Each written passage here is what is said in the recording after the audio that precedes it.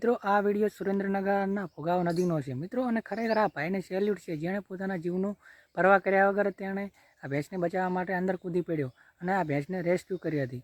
મિત્રો ભોગાવ નદીની અંદર અચાનક પાણીનું સ્તર વધી જતાં તેની અંદર 15થી 30 ભેંસો તેની અંદર ફસાઈ હતી, જેમાં ત્યાંના સ્થાનિક લોકોએ 15-16 ભેંસોને તેમણે પાણા મારીને કિનારે કરી હતી અને અમુક ભેંસોને ગાળિયા કરીને બહાર કાઢી હતી. પરંતુ મિત્રો એક એવી માત્ર ભેંસ હતી જે એવી ફસાણી હતી કે તેના ખાલી શિંગડા બહાર દેખાતા હતા અને તેમાં ઉતર્યા સિવાય તેને રેસ્ક્યુ કરવી ઘણી મુશ્કેલ હતી. પરંતુ મિત્રો આ નીરવભાઈ નામના માલધારી સમાજના દીકરાએ અંદર પોતાના જીવનું પરવા કર્યા વગર અંદર કૂદી પડ્યો અને તેણે ભેંસને રેસ્ક્યુ કરવા માટે પોતાના જીવનું પણ પરવા ના કરી અને તેણે અંદર પડ્યો અને ત્યાં ભેંસને રેસ્ક્યુ કરી હતી.